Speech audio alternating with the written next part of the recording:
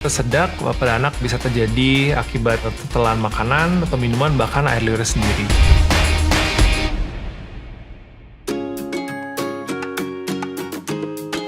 Pada dasarnya, tersedak ini merupakan kondisi yang kegawat daruratan, jadi perlu penanganan lebih segera dibandingkan mungkin kondisi-kondisi yang lainnya.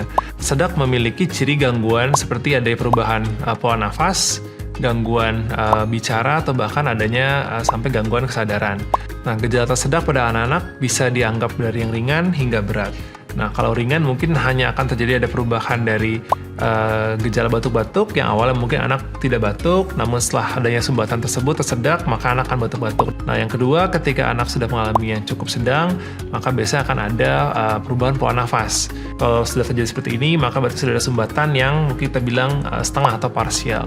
Nah, yang berat adalah ketika bahkan sudah tidak ada suara sama sekali yang keluar dari anak, dan berarti anak sudah mengalami mungkin total occlusion atau sampai tertutup total saluran nafasnya. Nah, ini memang pada akhirnya perlu segera dilakukan tindakan penolongan. Apabila orang tua mendapati anak tampak tersedak, maka ada beberapa hal yang bisa dilakukan.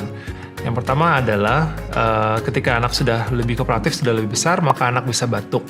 Jadi tenangkan anak, longgarkan bajunya. Apabila anak masih lebih kecil, maka posisikan miring. Dan juga pantau apakah yang sumbatannya sudah bisa keluar atau tidak. Dan coba dorong anak untuk membatukkan dan mengeluarkan sumbatannya. Apabila orang tua sudah mengidentifikasi bahwa anak tersedak dan sudah dicoba penanganan awal dan tidak berhasil, maka segera bawa ke rumah sakit dan jelaskan kepada dokter segera bahwa memang terdapat gejala tersumbat saluran nafas atau tersedak, sehingga akan dapat ditolong lebih cepat lagi. Nah, untuk menghindari tersedak, yang pertama adalah saat anak makan, maka pastikan anak juga tidak sambil main. Nah, yang kedua adalah untuk anak-anak yang masih kecil atau bayi-bayi, setelah mereka minum, usahakan untuk disendawakan. Nah, yang ketiga, sebenarnya tidak ada restriksi atau pantangan untuk makan-makan tertentu. Yang terpenting adalah tingkat kepadatannya sesuai dengan usianya.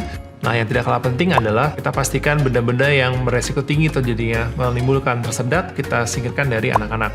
Nah, apakah di sini ada yang anaknya pernah mengalami tersedak? Mungkin bisa share pengalamannya di komen, dan juga jangan lupa like dan subscribe.